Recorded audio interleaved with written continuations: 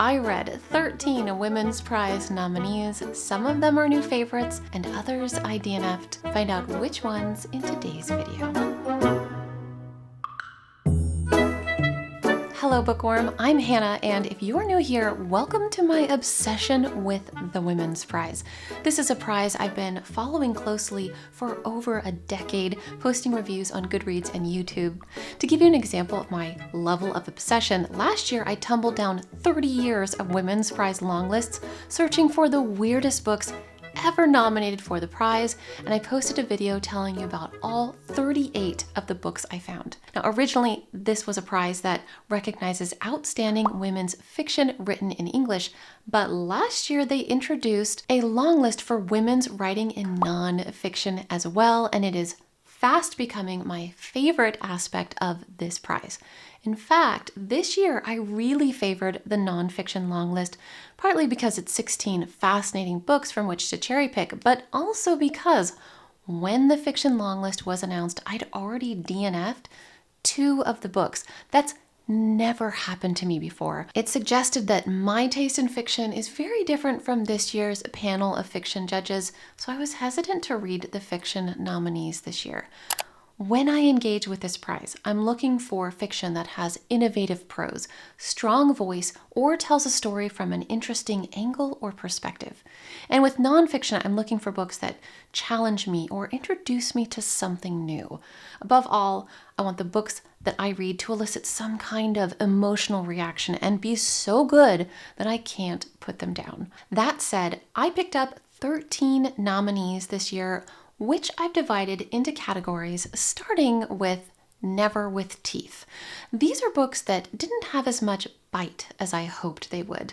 First book in this category is What the Wild Sea Can Be by marine biologist Helen Scales, which explores multiple forms of aquatic life and how they're struggling to survive amid climate change.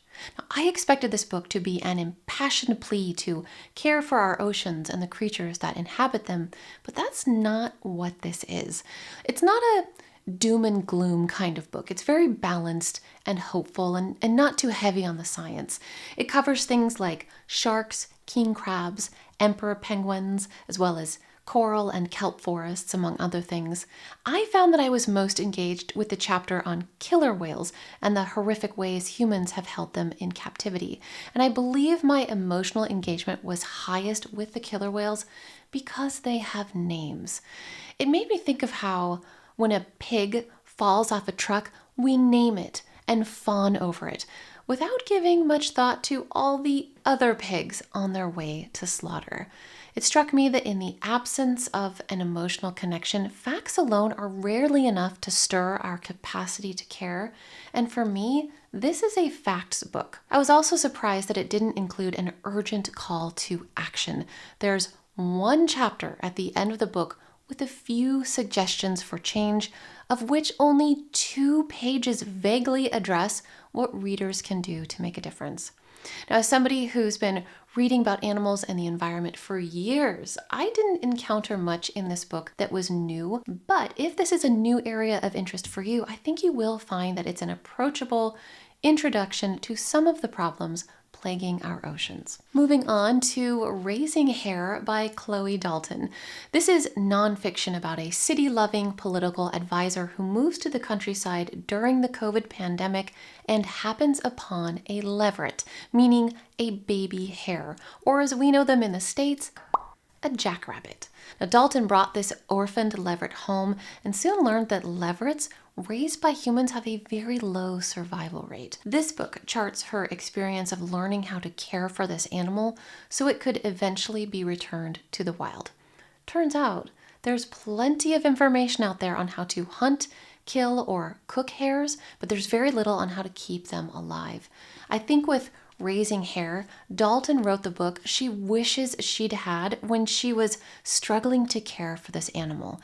It's a book that blends memoir with facts about hares and how to care for them.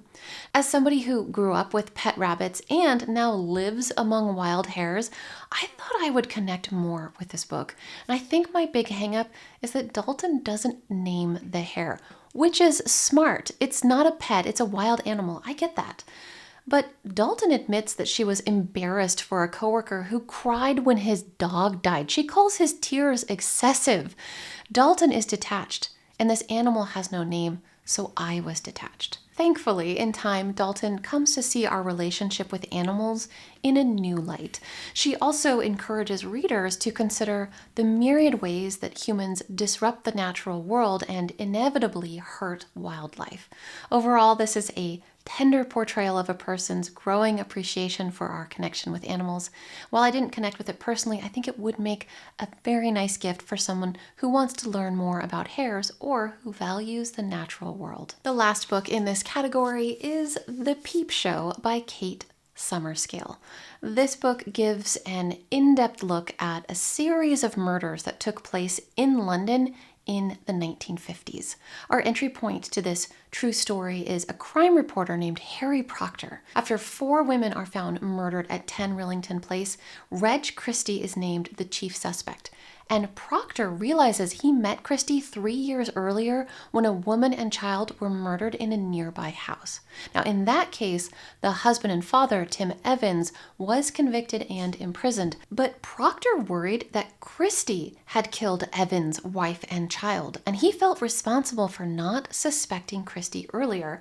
So Proctor follows the case as a journalist and tries to reach Christie so he can learn the truth about what happened.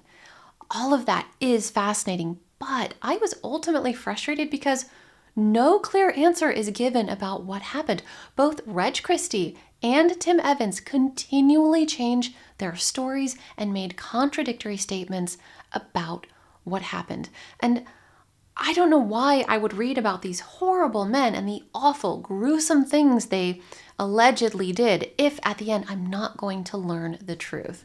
Now, what I do like about this book is how Summerscale highlights the lives of the victims, and there are more of them than the 6 that I've already mentioned. I was also deeply engaged with this through line of journalist/author friend Tennyson Jesse taking an interest in the case. Anytime Summerscale returned to Jesse, my interest in the book was renewed. The Peep Show is meticulously researched and very well organized.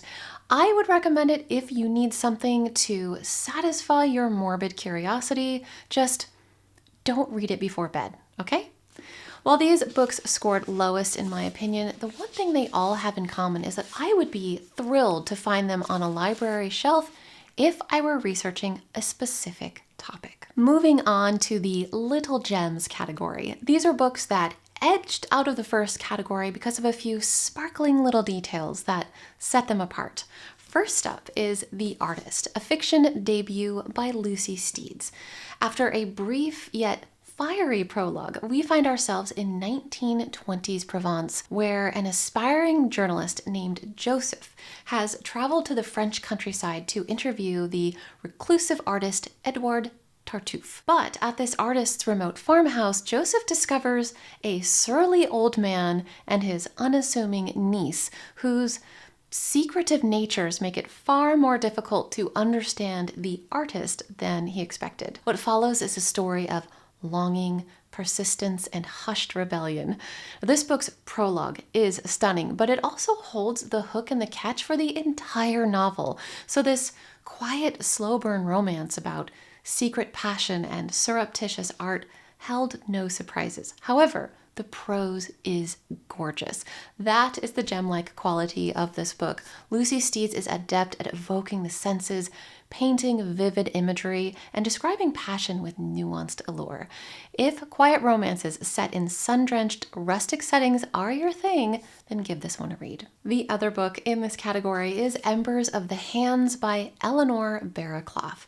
This is nonfiction from which I excavated so many interesting facts that I started logging them in my Goodreads review, which I'll link to in the description if you'd like to get a better sense of what this book has to offer. In short, it's a thorough introduction to the Viking Age with emphasis placed on all the unsung people from that time, meaning women, children, and people who were enslaved. That's just one of this book's gem-like qualities. A second one is how transportive it is. Barraclough takes us from a shaded bog and a volcano surrounded by hissing lava to a crowded tavern and longships on the icy seas. She writes of Viking myth, wordplay, and their love of crass humor. Also, there were two sparkling moments in the book when she describes the natural world in a way that enraptured me. Like, I desperately want her to write an entire book about nature because I think it would be marvelous. If you are even remotely interested in Vikings, then you should definitely check out this book. Moving on to the I'm Seeing Red category, featuring books that cut deep or enraged me, starting with Sister-in-Law by human rights lawyer Harriet Wistrich. If you want to read a book that will make your blood boil, look no further. In Sister-in-Law, Wistrich interrogates legal injustices relating to issues like police brutality, immigrant detention centers, undercover cops, and victims of SA, and her focus is largely centered on female victims. For example, she discusses women who were imprisoned for killing their violent and abusive husbands and reveals that these women are almost never let out of prison, yet men who SA women are frequently released. And who do you think is more likely to reoffend? There's a whole chapter on police bias and the devastating consequences of not believing women when they speak up about SA, and another chapter about undercover cops having intimate relationships, which raises important questions about consent.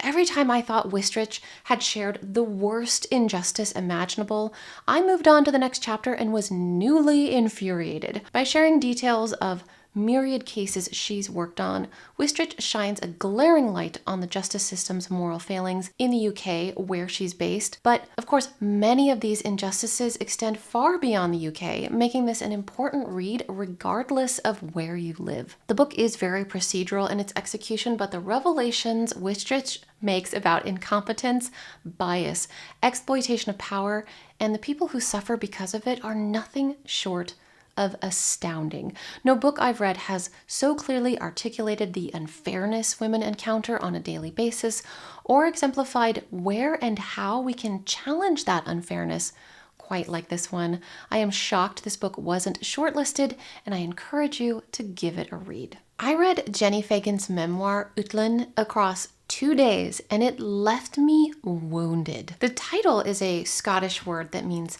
outsider or foreigner, and it's what Fagan suggests she was called by the goblins she likes to imagine raised her in the first few months of her life. This whimsical image of a girl being raised by goblins is the only glimpse of levity throughout this entire book, because Utland gives a devastating account of Fagan's experience growing up as property of the state in the UK's broken care system.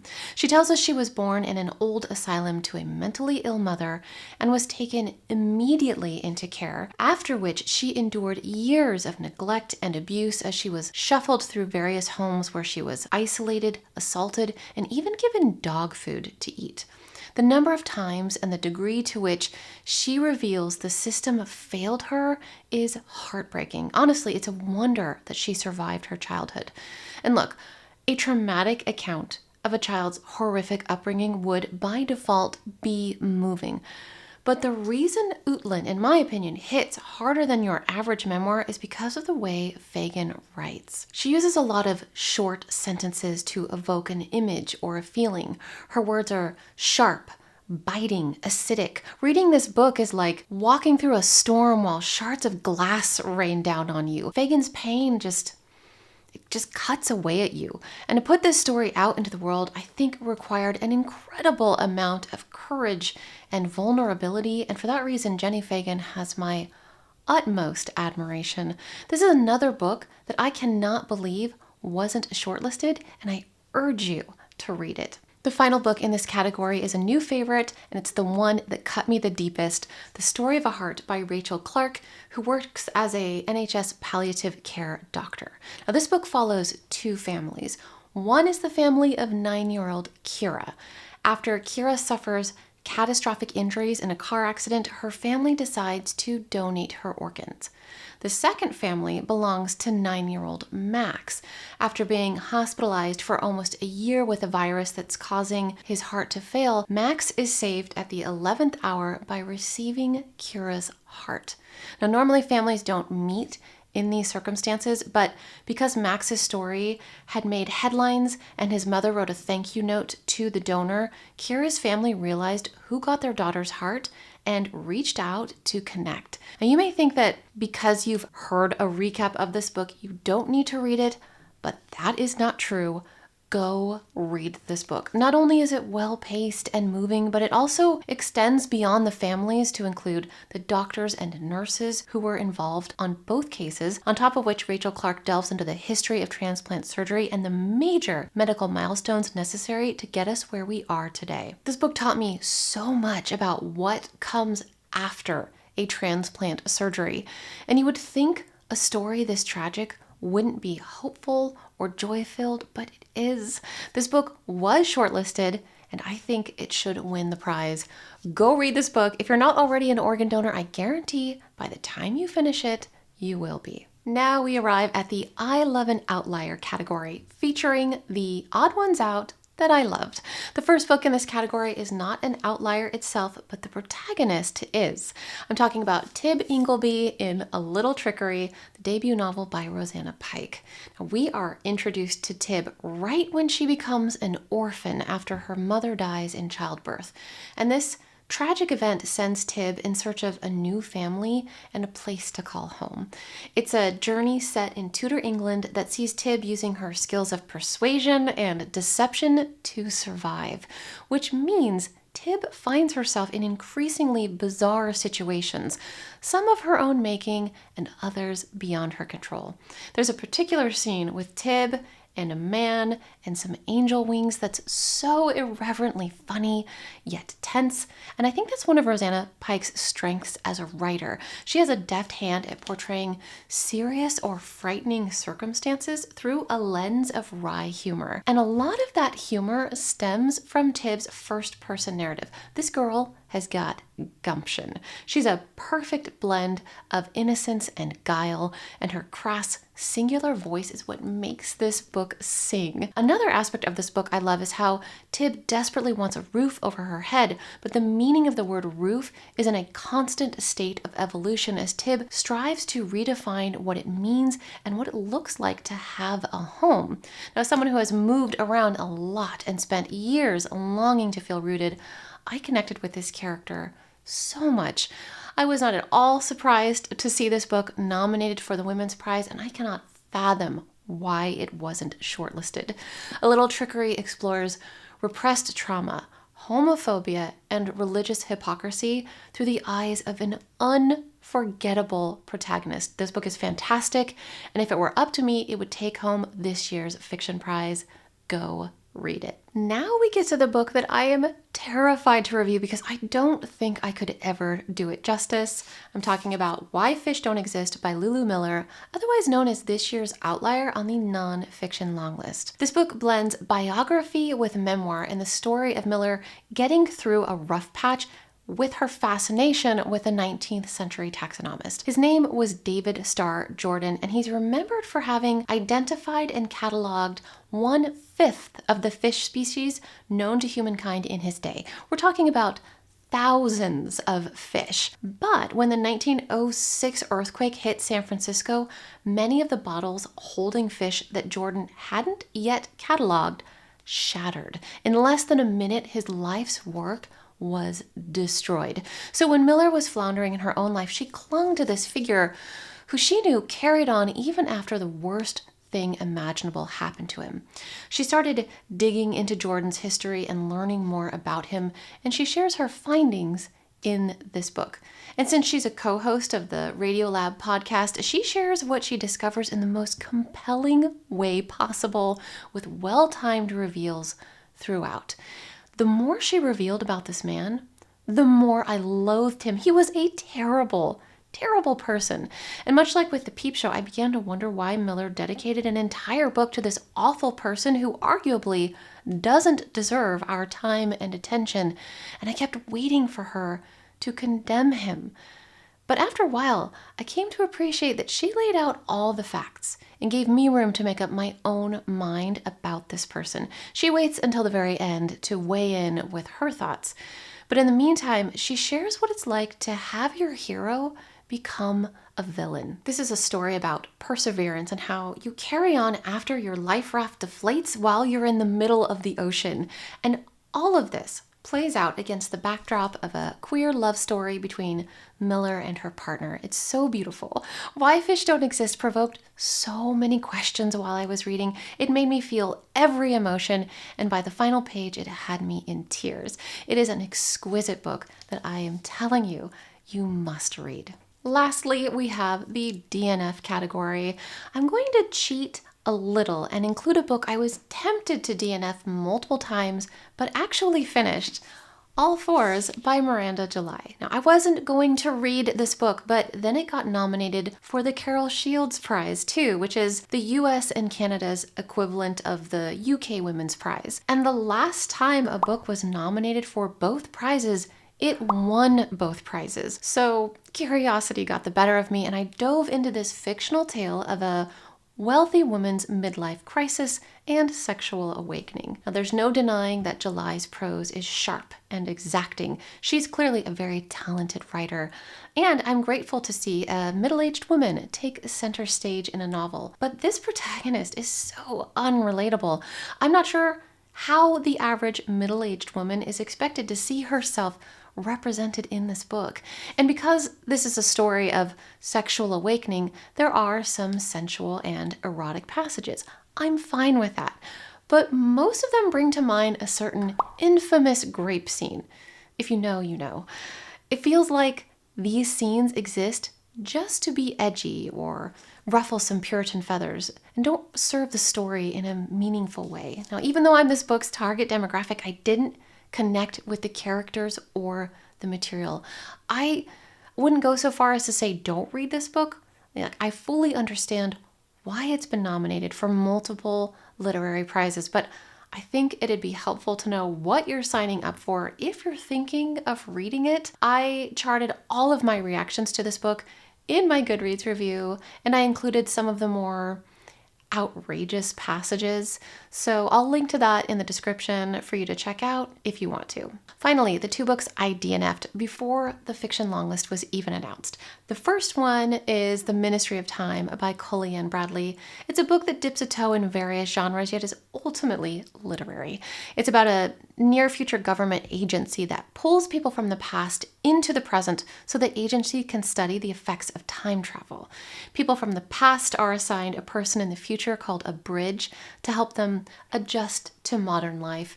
And the story centers on an unnamed woman who's a bridge for a naval officer pulled from a doomed Arctic expedition in 1847. That struck me as a really cool premise, so I started listening to the audiobook, but after 4 hours, I was not invested at all, so I abandoned it. I think expectations are key to enjoying this book, so pick this one up if you want to explore the history of British imperialism through a quiet, slow burn romance. The other book I DNF'd was The Safekeep by Yael van der Wouden. This follows two women in the 1960s who live in a rural Dutch province. Isabel lives alone in her mother's country home, and then her life is upended when her brother's new girlfriend Eva comes to stay with her. Now, I thought the writing in this book was so brilliant that I wanted to stay with it, but every time I picked up the book, within minutes, I was setting it back down again, and I finally had to admit to myself that I just wasn't getting on with this book, so I DNF'd it. I've heard The Safekeep be compared to Bitter Orange by Claire Fuller, and I think that is a great comp in terms of tone, the air of mystery, and two women trying to understand and define their relationship. These books are very similar, so if you loved Bitter Orange, I'd say you should definitely check out The Safekeep. And that brings us to the end of my 2025 Women's Prize journey. If you've read any of these books, I would love to hear your thoughts on them. And if you're planning to read any of them, please tell me which ones in the comments.